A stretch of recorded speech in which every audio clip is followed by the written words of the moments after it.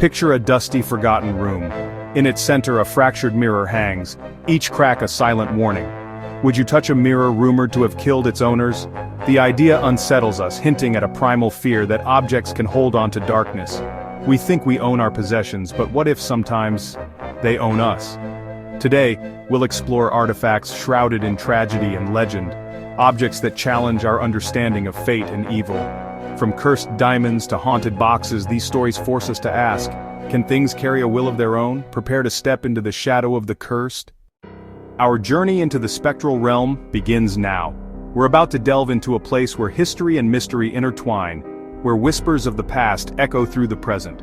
Our destination is Myrtle's Plantation in Louisiana, a location steeped in southern charm and shadowed by tales of the paranormal. It's a place haunted by sorrow, by echoes of lives lived and lost. And at the heart of these stories lies a mirror, an object of both beauty and dread. The legend whispers of a poisoning, a tragic event that forever stained the history of the plantation.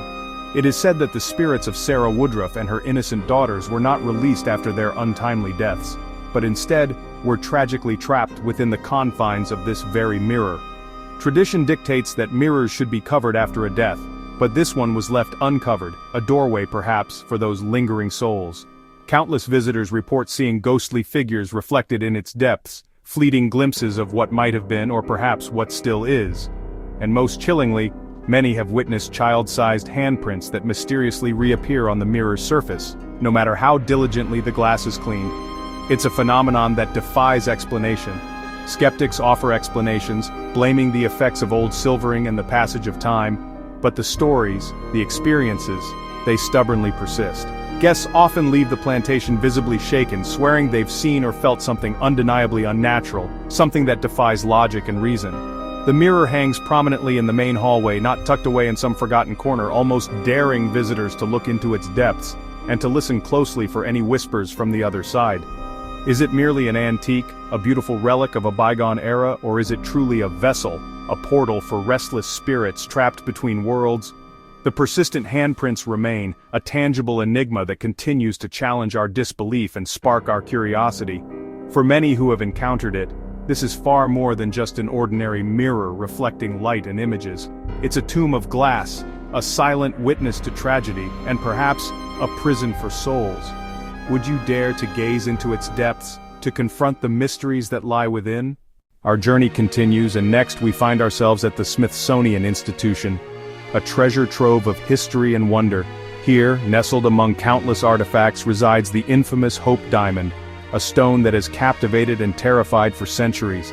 It's a gem of unparalleled beauty, a mesmerizing blue that seems to hold secrets within its depths, but it's also a gem steeped in legend, a gem as beautiful as it is deadly.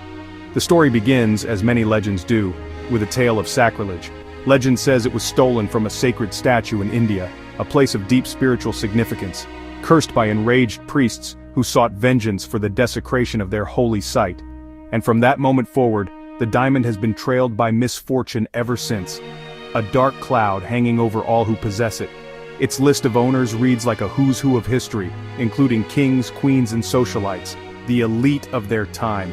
Yet for many, their association with the Hope Diamond ended in ruin, their lives spiraling into chaos. Some succumbed to madness, their minds fractured under the weight of the diamond's supposed curse. Others met a far more final fate, death, often untimely and tragic. Even figures like Marie Antoinette and Louis XVI, symbols of opulence and power, ultimately lost their heads to the revolution, fueling the legend. Evelyn Walsh McLean, a prominent socialite, experienced devastating personal losses, losing her family and fortune in a series of unfortunate events. Even its journey to America, across the vast ocean, was marked by tragedy and misfortune. Today, it sits safely behind layers of protective glass, its curse supposedly contained, neutralized by the sterile environment of the museum. Experts, with their scientific minds, dismiss the stories as mere myth and coincidence, but the sheer pattern of disaster, the consistent thread of misfortune, is undeniably hard to ignore. Is it simply a series of unfortunate coincidences, a trick of the mind? Or does the Hope Diamond truly carry a legacy of sorrow, a tangible darkness that clings to its facets? The Hope Diamond remains a potent symbol, a symbol of immense beauty, yes, but also a symbol of immense cost, a reminder that some things are perhaps best left untouched. Would you dare to wear it, to adorn yourself with such a legendary and potentially cursed gem? Or, knowing its history, would you run as far away as possible? Not all cursed objects are grand or ornate. Sometimes the most terrifying items are those that blend seamlessly into our everyday lives, hiding their dark secrets in plain sight. The Dybbuk Box. It appears to be a simple, unassuming wine cabinet, but it is said to imprison a Dybbuk, a malicious and restless spirit from Jewish folklore, eager to escape and wreak havoc on the world. In 2001, Kevin Mannis unknowingly bought it at an estate sale, drawn to its vintage charm. He ignored the subtle warnings, the unease in the air, and the cautionary tales whispered by those who knew its history, and made the fateful decision to open it. Inside he found locks of hair, old coins, a goblet, and an overwhelming sense of dread that seemed to seep from the box itself. Soon after, nightmares began, shadowy figures lurking in the corners of rooms, and foul, inexplicable odors plagued every owner who dared to possess the box. Attempts to get rid of it failed miserably. The box always returned, seemingly of its own volition, bringing with it a wave of terror and misfortune. Eventually, it was carefully sealed and hidden away from the world, deemed far too dangerous and volatile for public display or casual curiosity. Its chilling story has since inspired a Hollywood film and countless sleepless nights for those who know its legend. The Dybbuk Box serves as a stark reminder that evil can sometimes hide in the most unassuming and ordinary of things.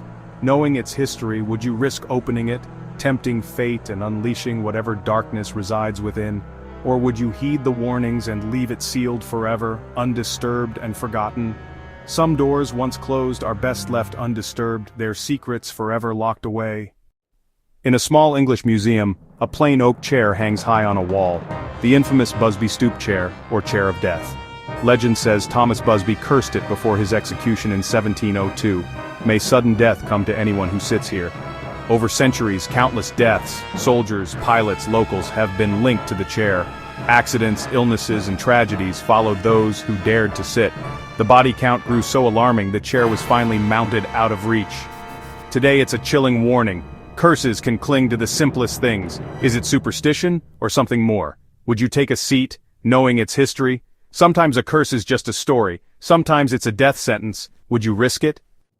These tales aren't isolated, they're woven into cultures worldwide. From Egyptian curse tablets to Japanese tsukumogami, people have long believed objects can absorb and radiate energy. Sacred items are honored, cursed ones are feared.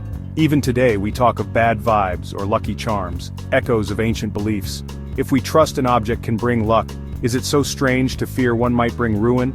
These stories reflect our need to find meaning in chaos. Perhaps objects do absorb our emotions, our tragedies, or perhaps it's our belief that gives them power. The line between superstition and reality is thin. What do you believe? We've explored mirrors, diamonds, boxes, and chairs, each with a legacy of fear. Are these just coincidences, or do objects truly carry echoes of the past? Maybe belief itself is the most powerful force of all. If you found one of these objects, would you keep it or run? Every possession has a story. Let's hope yours is a good one. If you enjoyed this journey, share your thoughts below and subscribe for more mysteries.